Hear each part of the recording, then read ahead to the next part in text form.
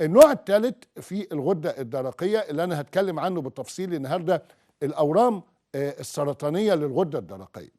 الأورام السرطانية للغدة الدرقية فيه ما يسمى الديفرنشيتد اللي هو البابيلاري والفوليكولار، وفي المدالري والليمفوما والميتاستاتيك.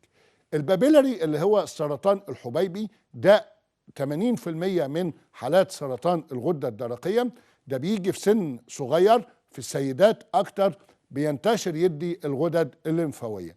طيب التشخيص بتاعه زي ما قلت الأشعة التلفزيونية على الرقبة تقول لي هل في تضخم الدورة الدموية، هل في غدد لمفاوية، كمان وظائف الغدة الدرقية، وباخد عينة بالإبرة. العينة بالإبرة بتفيدني في تشخيص كل أنواع سرطان الغدة الدرقية اللي هو البابيلاري والمدالري والأنابلاستيك والليمفوما والميتاستاتيك، لكن ما بيفيدنيش في نوع معين اللي هو الفوليكولار ثيرويد كارسينوما. العينة بالإبرة مش بتفيد. طبعا المسح الذري على الغدة الدرقية بيدي فكرة هل في ثانويات في الغدد الليمفاوية وصل ليهم المسح الذري، وأيضا الأشعة المقطعية علشان أشوف تضخم الغدة الدرقية وهل الورم موجود في الفص الأيمن الفص الأيسر، لأن مهم جدا في مجموعة ازاي طريقة العلاج. طريقة العلاج بتعتمد على بعض المدارس زي سن المريض، هل هو فوق 45 أو تحت 45؟ كل ما كان سنه أكبر كل ما الخطورة زادت.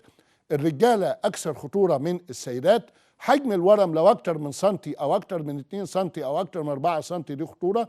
لو الورم، لأن الغدة الدرقية بيكون ليها غلاف خارجي، لو الورم طلع خارج الغلاف ده بيكون من العوامل الخطيرة.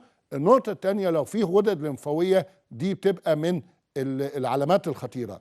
يبقى حجم الورم، خروج الورم خارج الغدة الدرقية، وجود ثانويات، وجود رجل، السن فوق 45، كل العوامل دي بتكون عوامل خطورة. أيضا في تحليل اسمه دلالات الأورام للغدة الدرقية، ده عينة دم بتقول لي اسمه السيروجلوبولين في حالات البابيلاري اللي هو الحبيبي، وفي الكالسيتونين في حالة الميدالري ثيرويد كانسر.